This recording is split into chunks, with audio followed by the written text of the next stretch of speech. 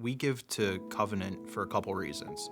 The first is really because God calls us to. He calls us to be generous, to be giving of our time and our talents, and particularly our finances.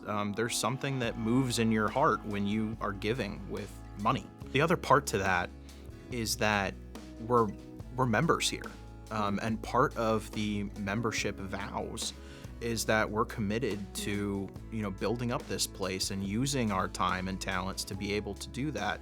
And we've also committed to studying the unity of this church, the peace and unity of this church. And that isn't just attending. That isn't just, in different seasons it could be, but it's more than that. It's being involved, it's committing, it's being generous. That's really what it is. And so it's part of what we've committed to. We've been firsthand beneficiaries of the grace of God here and the people that are involved here.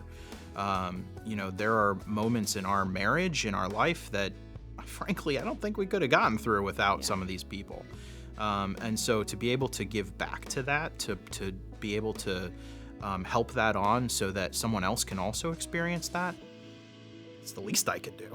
Anything we do have, whether it is time, resources, talents, finances, it's all because of God's grace in our life and what He gives to us.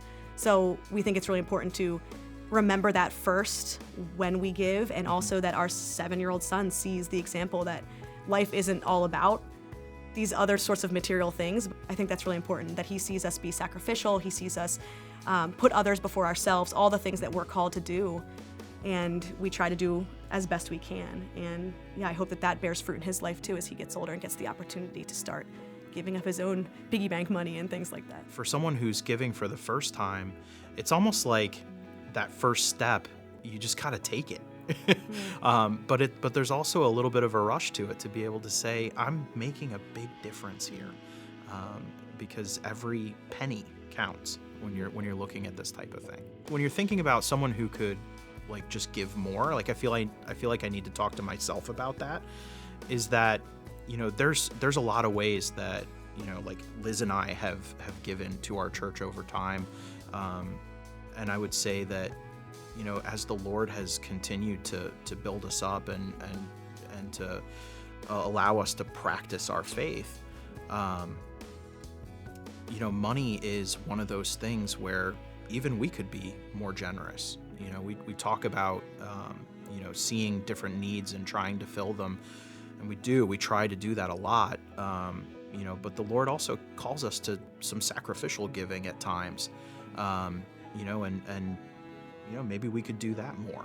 I don't ever want to be in a position to quiet down the Holy Spirit in my heart to say, Max, you've met the quota. Right. You're good. I never want us to be in a position where we think, all right, we've met the maximum. This is it. We're cool.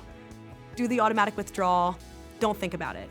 You should be thinking about it. You should be praying over what you're giving, and you should kind of audit your own financial giving every once in a while together, and think about, is this coming from the right place? Are we giving for the right reasons? Are we giving to the right things? Because, we've been regular givers for a long time, but we also look for those special opportunities when things are coming up in the church calendar, or there's new initiatives, new ministries, and we look for those opportunities because we don't want to forget why we're giving in the first place. And that's really, really important, that we continue to remember what this is all about, why we're doing this at all.